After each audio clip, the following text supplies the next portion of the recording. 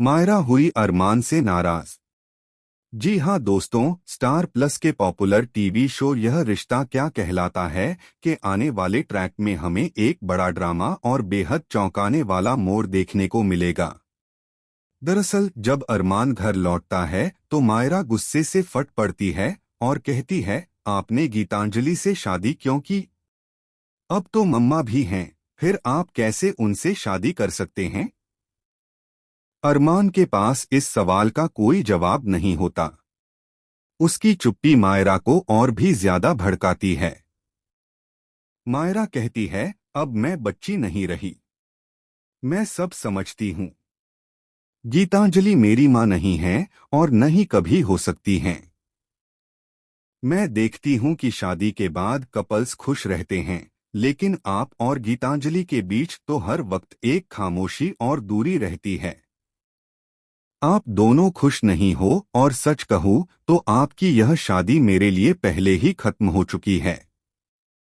अरमान मायरा को समझाने की कोशिश करता है कि तुम्हें गीतांजलि को अपनी माँ की तरह एक्सेप्ट करना ही होगा, क्योंकि चाहे जो हो अब गीतांजलि मेरी पत्नी है। लेकिन मायरा चीखकर कहती है, नहीं, मैं कभी उन्हें अपनी माँ नहीं मानूंगी।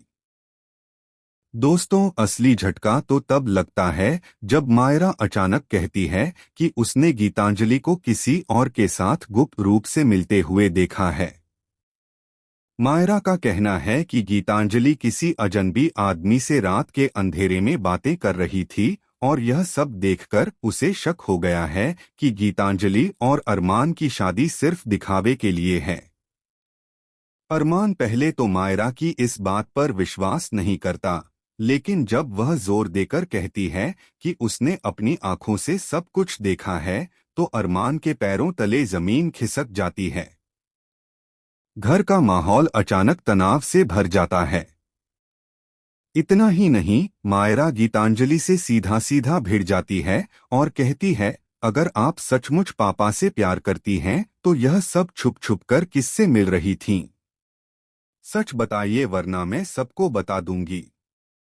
गीतांजलि मायरा को शांत करने की कोशिश करती है, लेकिन उसकी खामोशी ही पूरे घर के लिए सबसे बड़ा सवाल बन जाती है।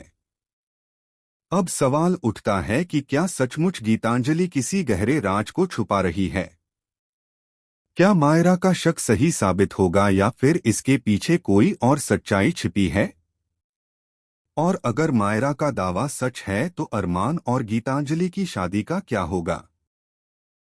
दोस्तों, आगे का ट्रैक और भी ज्यादा धमाकेदार होने वाला है, क्योंकि मायरा का गुस्सा अब एक जिद में बदल चुका है। वह यह ठान चुकी है कि चाहे कुछ भी हो जाए, वह गीतांजलि को अपनी मां नहीं मानेगी और अगर जरूरत पड़ी तो पूरी दुनिया के सामने गीतांजलि का सच उजागर करेगी।